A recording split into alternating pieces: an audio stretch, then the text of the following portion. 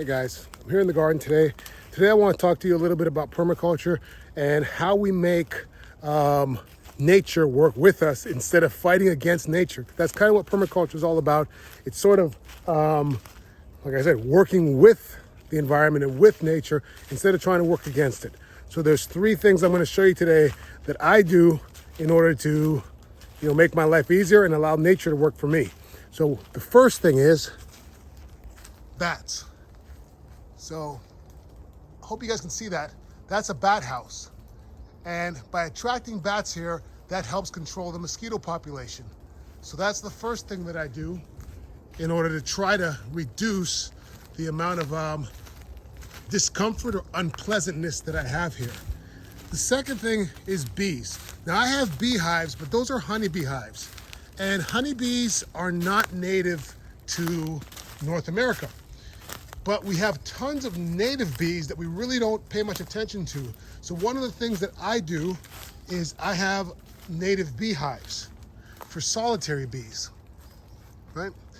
And these are gonna be the bees that pollinate a lot of the fruits and vegetables that we have here in Florida because they've sort of,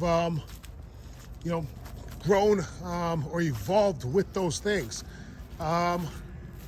Honeybees generally pollinate a lot of flowers, but they don't pollinate my mangoes. They don't pollinate my avocados.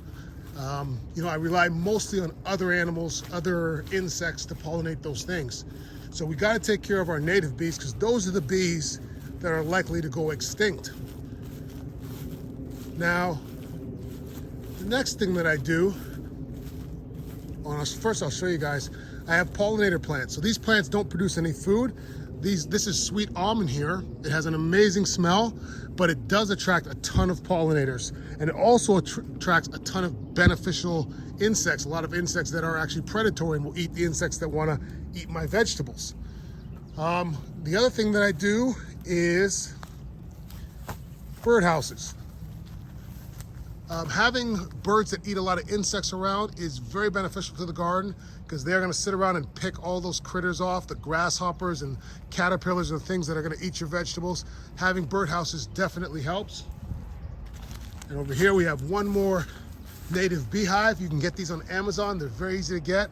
And supporting the native bees is very important. They are big pollinators in our ecosystem.